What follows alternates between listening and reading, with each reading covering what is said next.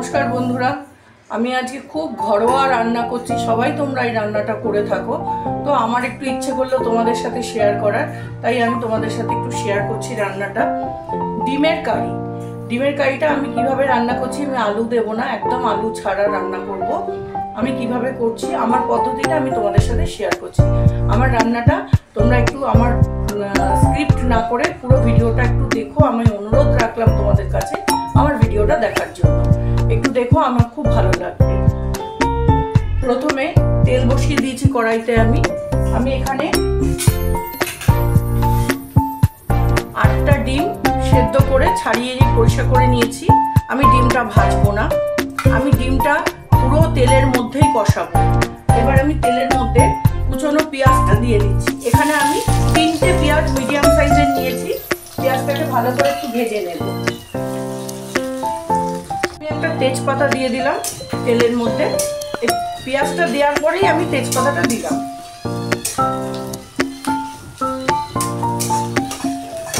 আমি এর মধ্যে একটুখানি সামান্য চিনি দিয়ে দিচ্ছি পেঁয়াজের সাথে চিনিটাও আমার ভাজা হয়ে যাবে দিয়ে তেলের একটা ভালো কালার চলে আসবে পেঁয়াজটা অর্ধেকটা ভাজা হয়ে গেলে তারপর আমি আমার এইরকম ভাজাটা হয়েছে লেভেলের এবার আমি এর মধ্যে এখানে দুটো টমেটো নিয়েছিলাম ছোট সাইজের এই টমেটোটা দিয়ে দিচ্ছি কুচিয়ে রেখেছিলাম এই টমেটোটা আমি দিয়ে দিলাম কুচনো টমেটোটা এবার টমেটোটা আর পেঁয়াজটা একসঙ্গে ভালো করে ভেজে আমি নরম করে নেব এর মধ্যে যাতে টমেটোটা তাড়াতাড়ি নরম হয়ে যায় তার জন্য একটু নুন দিয়ে দিচ্ছি একটু সামান্য নুন দিয়ে দিলাম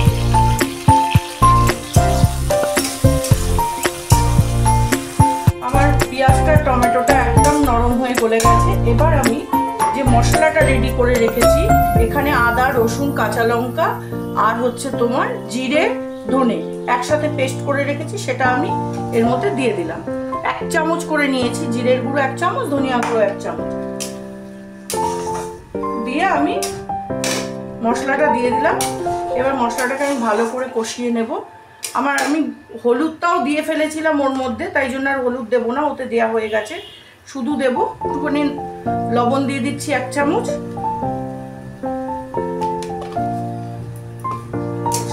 বাস এইবারে আমি মশলাটাকে ভালো করে কষিয়ে নেব কষিয়ে নিয়ে আমি আবার ফেরত আসছি দেখো আমার মশলা থেকে তেল ছেড়ে গেছে এবার আমি এই ডিমগুলো দিয়ে দেব ডিমটা দিয়ে আমি ভালো করে কষাবো অল্প অল্প করে জল দিয়ে আমি 2-3 বার করে কষাবো একদম ডিমের ভেতর পুরো নুন তেল ঝাল মশলা সব ঢুকে যাবে এইভাবে আমি একটু একটু করে জল দেবো আর কষাবো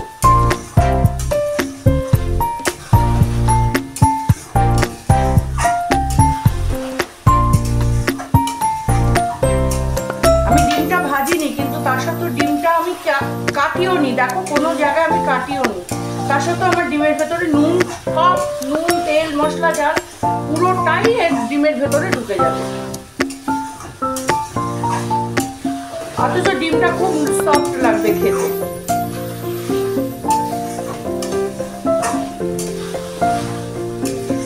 এইভাবে ডিমটাকে আমি কষাবো আমার ডিমের কারিটা হয়ে গেছে এবার আমি এর মধ্যে দিয়ে দিচ্ছি একটু কাসুরি মেথি অল্প একটু কাসুরি মেথি দিয়ে দিলাম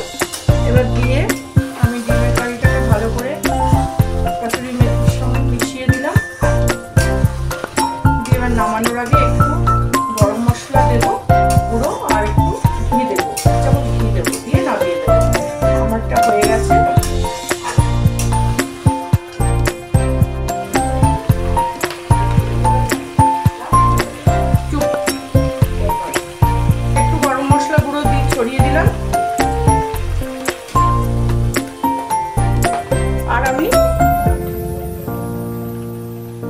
চামচ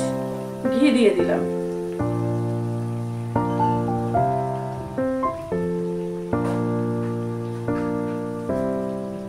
এবার আমি ডিমের কারিটাকে নামিয়ে দিচ্ছি দেখো বন্ধুরা কত সুন্দর দেখতে হয়েছে। এবার আমি এটা একটা সার্ভিং বোলে সার্ভ করে দিচ্ছি, দিয়ে আমি তোমাদেরকে দেখাচ্ছি। তাহলে আমার রেসিপিটা যদি ভালো লেগে থাকে তাহলে তোমরা লাইক কমেন্ট শেয়ার করো। নতুন বন্ধুরা ইউটিউব থেকে যারা দেখছো তারা আমার চ্যানেলটাকে সাবস্ক্রাইব করে দিও, আর ফেসবুক থেকে যারা দেখছো তারা আমার পেজটাকে ফলো করো। তোমরা আমার সাথে থেকো, পাশে থেকো, আমিও তোমাদের সাথে আছি, পাশে আছি। তাহলে আজকে আমি আসবো আবার আগামীকাল অন্য কোনো একটা রেসিপি নিয়ে। টাটা। দেখো আমি এবার সার্ভ করে দিলাম ডিমটাকে।